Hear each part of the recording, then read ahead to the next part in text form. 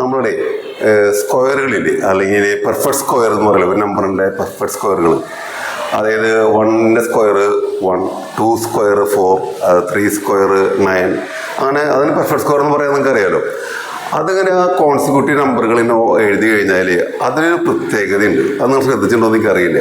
നമുക്ക് നോക്കി നോക്കാൻ പ്രത്യേകതകൾ എന്താണെന്നുള്ളത്. നമുക്ക് ഏറ്റവും സ്മോളസ്റ്റ് നമ്പറിൽ തന്നെ നമുക്ക് സ്റ്റാർട്ട് ചെയ്ത് നോക്കാം. 1ൻ്റെ സ്ക്വയർ 1 സ്ക്വയർ എല്ലാവർക്കും അറിയാമല്ലോ. 1 × 1 അത് 1 ആണെന്നറിയാം, എല്ലാവർക്കും അറിയാം. 1 സ്ക്വയർ 1ൻ്റെ സ്ക്വയർ അറിഞ്ഞ കുട്ടിക്ക് 2 സ്ക്വയർ 4 എന്ന് അറിയെങ്കിൽ കിട്ടാൻ ഒരു റൂളുണ്ട്. എങ്ങനെയാണെന്ന് അറിയാം.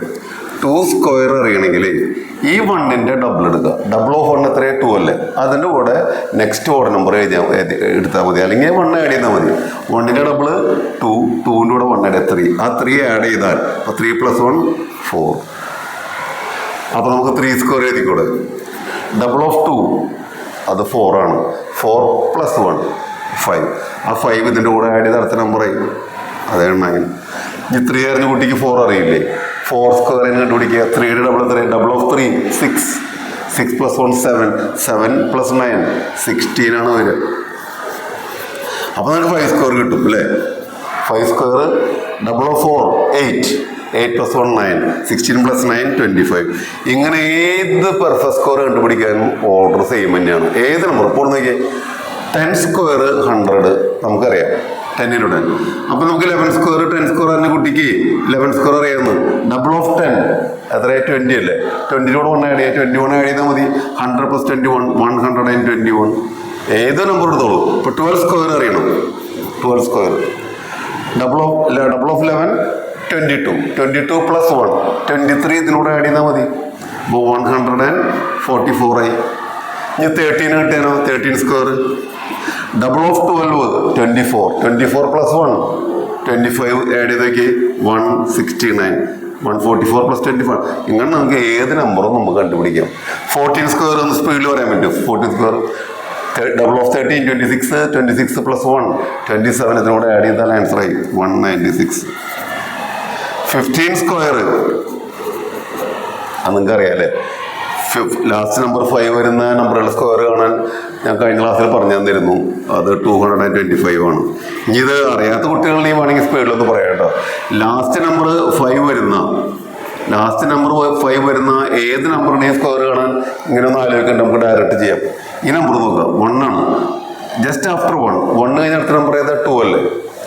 ജസ്റ്റ് ആഫ്റ്റർ 1 2 അല്ലേ നമ്പർ വരിക. 1 × 2 2. ആ 2 എന്ന് എഴുതുക. 25 എഴുതിയ ആൻസറായി. 25 സ്ക്വയർ 2 നെക്സ്റ്റ് ജസ്റ്റ് ആഫ്റ്റർ 2 ഏതാ പറഞ്ഞ? 3 ആണ് അല്ലേ? 2 കഴിഞ്ഞ് 3 അല്ലേ? 2 × 3 6. 25 എന്തായാലും ലാസ്റ്റ് വരുന്ന ഉറപ്പാണ്. ഒരെണ്ണം നോക്കാം നമുക്ക്. 35 സ്ക്വയർ ആഫ്റ്റർ 3 4 ആണ്. 3 × 4 12. 1 2 2 5. ഇങ്ങനെ നമുക്ക് ഏത് ഇപ്പോൾ 95 സ്ക്വയർ കുഴപ്പമില്ല. നീ ജസ്റ്റ് ആഫ്റ്റർ 9 10 ആണ് വരിക അല്ലേ? 9 കഴിഞ്ഞ് 10 ആണ്. 10 × 9 90 25. ഇങ്ങനെ നമുക്ക് ഏത് നമ്പറും ഇങ്ങനെ എഴുതാം. ഈ ഓർഡർ മനസ്സിലാക്കി. പിന്നെ അവിടെ കുറച്ച് നമ്പർ എഴുതിയിട്ടുണ്ട് നോക്കിക്കുക നിങ്ങൾ. 20 സ്ക്വയർ അത് 400. 21 സ്ക്വയർ 441 കിട്ടിയെന്ന് പറയുന്നത്. ഡബിൾ ഓഫ് 20 അത് 40 ആണ് അല്ലേ? 1 ആഡ് ചെയ്യണം. 41 ആഡ് ചെയ്തു. 400 + 41 441. Double of 21 42. 42 + 1 43. ആ 43 ആഡ് ചെയ്താൽ 484. അതങ്ങനെ പോകും. ഇനി വേറെ പ്രത്യേകം ശ്രദ്ധിച്ചിട്ടുണ്ടോ അറിയില്ല. ഇവിടെ ഡിഫറൻസ് എത്ര പറഞ്ഞത്? 41 ആണ്. അടുത്ത ഓർഡർ നമ്പർ ആയിരിക്കും ഇവിടുത്തെ difference. After 41 next order number is 43. അപ്പോൾ ഇവിടെ എന്തായിരിക്കും? ഇതിൻ്റെ കൂടെ 45 ആഡ് ചെയ്താൽ മതി. ഈ നമ്പർ നെക്സ്റ്റ് ഡിഫറൻസ് എത്രയായിരിക്കും? 47 ആയിരിക്കും. ഇവിടെ നോക്കിക്കേ. ഇതിൻ്റെ കൂടി വരാൻ പോണ്. ഫസ്റ്റ് നമ്പർ നോക്കിക്കോ. ഡിഫറൻസ് ഓഫ് 194 3 ആണ്. അടുത്ത ഡിഫറൻസ് എത്രയായിരിക്കും? 5. ഇവിടെയോ 7. അങ്ങനെ പോയി. ഇവിടെ നോക്കിക്കോ 100.